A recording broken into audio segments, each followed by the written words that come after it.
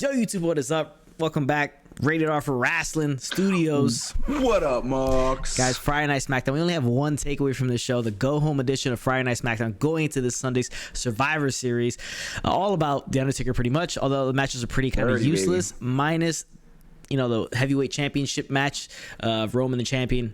Drew McIntyre now the champion as well. They will face each other in the main event, so that's the most exciting thing on the show. Also, for sure, the Undertaker stuff built around it. But we got one takeaway for you guys, and I have a big time missed opportunity from WWE to close out this show. Yeah. So we got a lot to get into. But before we do, I remind you guys, if you like this video, you're liking the way the channel looks, the videos look, everything like that, smash that like button. If you're watching this video and not subscribed to the channel, remember to subscribe to the channel. Notification bell so you get alerted when new videos drop like this one, and our predictions for Survivor Series is coming out after this video.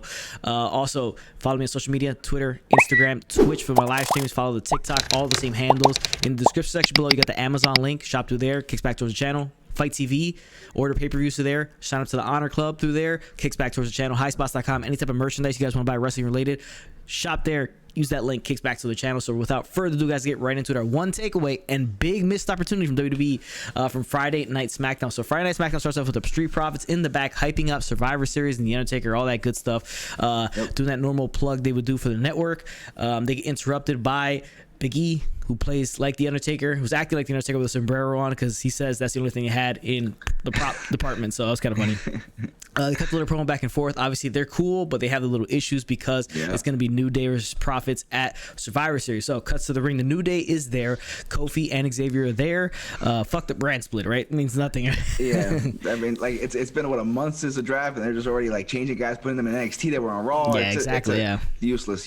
Yeah, it's kind of useless at this point, but whatever. So they out there, they get interrupted by Sami Zayn. Sami Zayn talks all his trash, comes out, interrupts as well as Baron Corbin. He comes out, talks his trash. They get interrupted. Him in a while. Yeah, by Rude and Ziggler.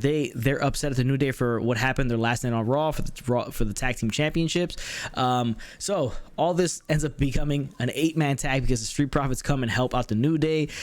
They win the match and they kind of stand against each other. New Days and the Profits holding their titles. So just build up, a little bit of hype going into the match, which I think probably could be a show stealer of a match. Yeah, I mean, both teams are so good, and they're in the ring, and it's definitely the highlight of the tag team belts, and these guys and all 4 guys are big time competitors, so it could end up being like the best match on the card. We'll see. Again, it's hard to get back these matches with the crappy builds and like the really meaningless matches at the end of the day. So, but who knows?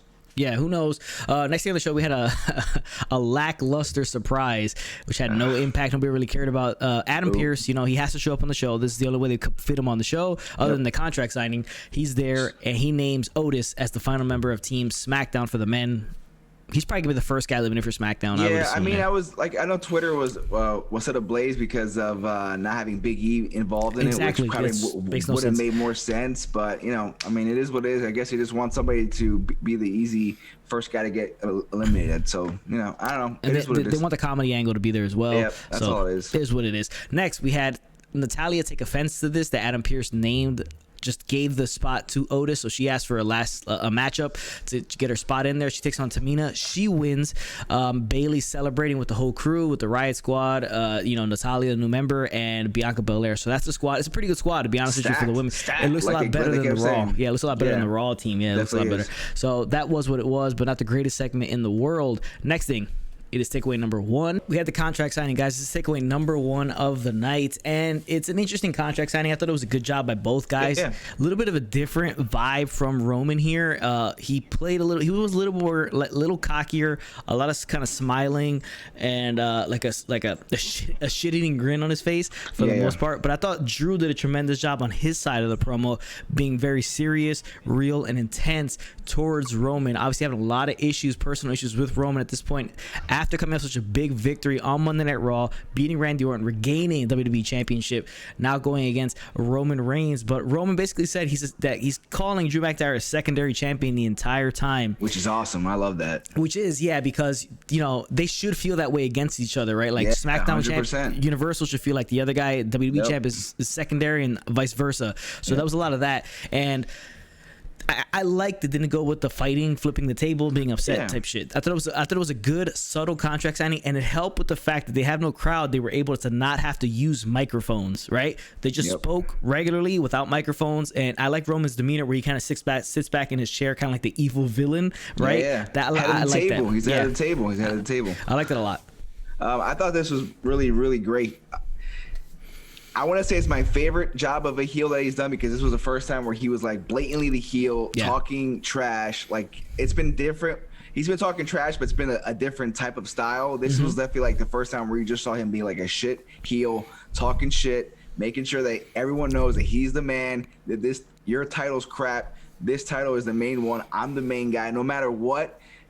There was a part where he even said, like, you're the guy that they call when I'm busy or I don't want to do it or I got something to do. Yeah, just like, exactly. He just gave no crap about whatever, and it was like, that's great. And it felt real. It felt like this was coming off his mind. He kept pausing and like kind of thinking his words. And exactly. He did that a few times. Yeah, he did it a few times. So I love that he was doing that. And it felt real. It felt like he was coming off the top of his dome, and they were both going back and forth. It felt really old school, the promo. So I did enjoy it. This was Roman's best work to me so far, building his character into heel. Yeah, he did a tremendous job. I like the difference in the character a little bit, like the little smugness to him, and like the shots he was throwing. He wasn't as he started off very stoic in his chair, kind of just sitting back and looking like the villain, and then he got into the second half of his promo where he started saying, like, you're a secondary champion, you're the guy that they call when I don't feel like doing something, or I decide not to do something, basically just like his stand-in, basically his understudy is what he's referring to as McIntyre is. And I thought that was good that he changed it up a little bit, so it shows a little bit of range with his heel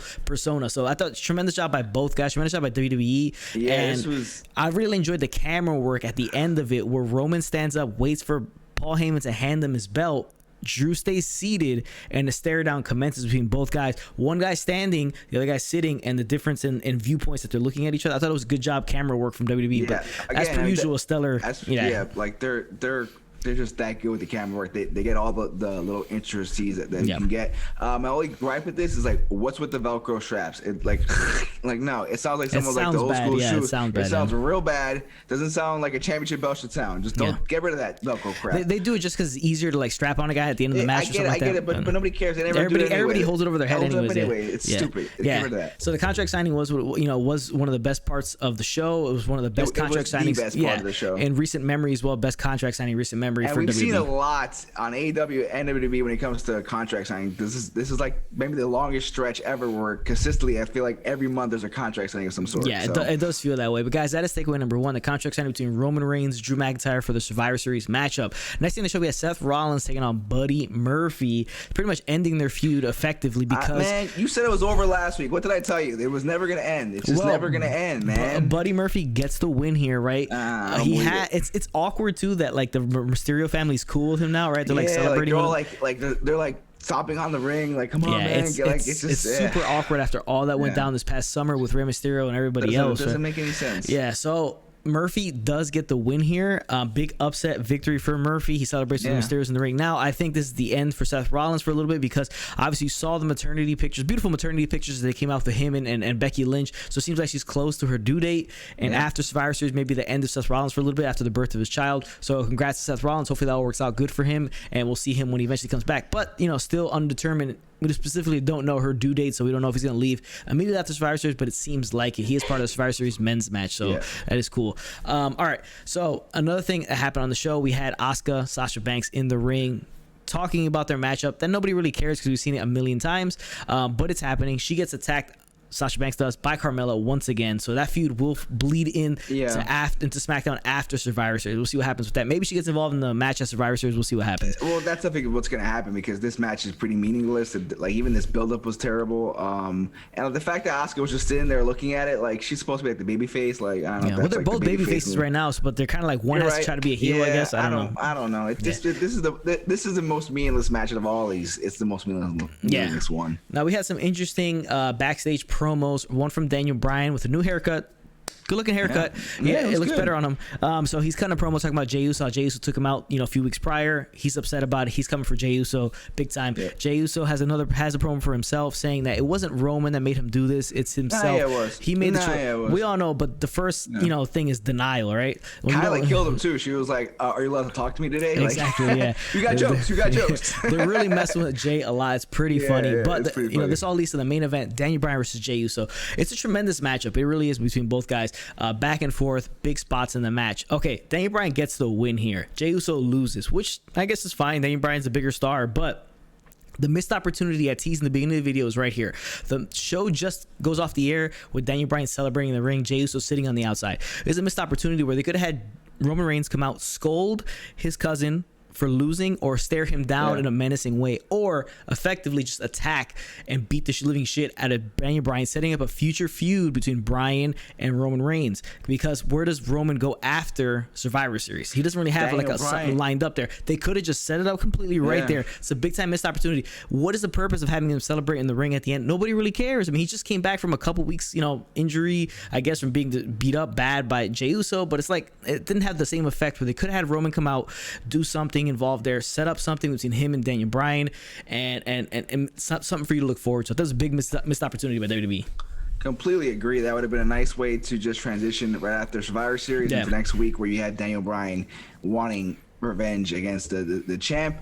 And you could also have another dynamic with Jay, where it's like, dude, you messed up again. Exactly. You lost again. You're gonna be more of a bitch to me now because you keep losing and you keep throwing dirt on the family name because you keep losing. So that would have been another fun aspect. But I guess they just didn't want to overkill Roman. He was already on there. It was a pretty badass moment, badass segment. So I probably want to leave it there. That's the only gripe. But it is a gripe it would have been nice to have that build coming for next week, but it is what it is. Yeah, it is what it is. But that is a Friday Night Smackdown. Let's touch quickly on the fact that WWE Thunderdome will be ending in Amway Center, Amway Arena, whatever it's called, at the beginning of December. They'll be moving the Tropicana Field, home of the Tampa Bay Rays. Be pretty interesting to see how it's going to look in a baseball stadium. I've liked the shows they've done previously in stadiums like the Minute Maid Park. What's the one in Arizona? I forget.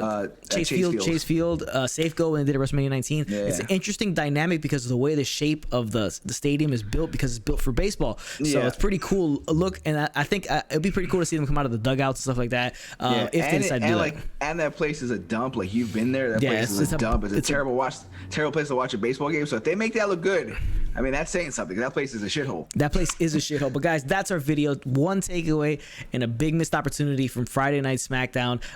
Stay tuned because we're going to drop our Survivor Series predictions right after this. So stay tuned for that. And without further ado, guys, if it was working, how's the job? Later, Marks. Watch the next show.